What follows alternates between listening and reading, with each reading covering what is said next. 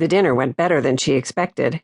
Ben had come a little early and brought some asparagus from Remy, and the resulting soup was absolute perfection, like putting a spoonful of delicate springtime in your mouth.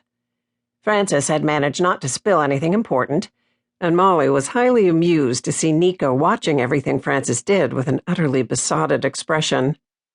"It's good to have you back, Larry," Nico was saying, although his eyes were on Frances. "Chez Papa has definitely not been the same without you." "I expected Molly to hold the fort until I got back. I am shocked and disappointed to hear that was not the case."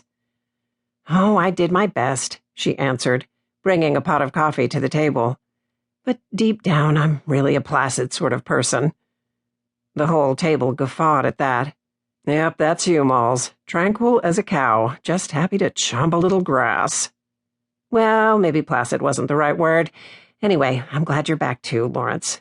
To long vacations, and coming home," she said, raising her glass of red from the Salière vineyard just outside the village. "And now I've got what I hope is a stunning dessert."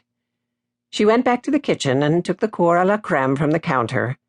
A mixture of goat cheese, cream cheese, honey, and cream, shaped like a heart thanks to the ridiculously expensive mold she had bought that morning, and surrounded by a sauce of strawberries and vanilla, with a soupçon of peppercorns, cinnamon, and cloves tossed in just to make things interesting. "That," said Frances, "looks amazing. Out of my way, people." She stood up and waved her fork around. "All right, old-timers of Castillac," said Molly as she passed out dessert plates. She was hoping her guests would be so involved with dessert they didn't notice the awkward transition, or sense her intense interest in what she was about to bring up. "I've been wondering about Valerie Boutillier. I know it happened ages ago, but you know I'm a gal who likes to dig into a mystery. And what could be more mysterious than a popular, clever girl disappearing without a trace?" Dufort shot her a glance and then a sly smile when no one else was looking. They had not told anyone about their plans to investigate. And Molly had been right about the cour à la crème. Nico and Lawrence were digging in with such rapturous expressions and apparently enjoying the dessert so much it made them deaf. Molly ate a spoonful of the delicious cheese and struggled to be patient. Finally, Lawrence took the bait. "Valerie Boutillier, That all happened not long after I moved to Castillac," said Lawrence. "How long ago? 8 or 9 years, was it?" 7, Molly said quickly. Nico said nothing. Molly saw him reach for Frances's hand underneath the table.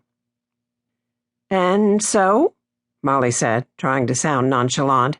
"What do you remember, Lawrence?" "Not a whole lot, I'm afraid. She was apparently quite a firecracker. People liked her. A bit of a troublemaker, but not in an annoying way." "What kind of trouble?" "Oh, I can't remember now." He ate some of the strawberry sauce and closed his eyes, savoring it. "Ben, you got anything?" Molly asked. They wanted to maintain their privacy, but it would look odd not to ask the chief investigator to comment. Dufort sighed. "The case was one of my biggest failures, and one of the reasons I quit the gendarmerie." He had drunk more wine than usual, and the effect was that he said things that normally he would have kept to himself. "Can't win 'em all," said Frances.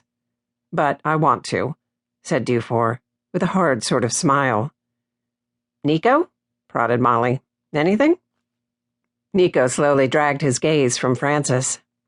"I was in school in the U.S. when Valerie disappeared. I did know her, though.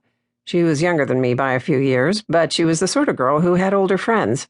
Younger ones, too, for that matter. Anyway." He ate more dessert and then smiled at Frances. This was getting annoying. "Well, come on, what are your guesses, then? What do you think happened to her?" "She's not a parlor game, Molly," Ben said in a low voice. "Of course not," she said, almost snapping at him. "I'm just curious about how people deal with something like this. What kind of explanations do they come up with so that they can live with the unexplainable and possibly incomprehensible?" "Is it totally impossible that she just ran away?" asked Frances. "She was 18, right?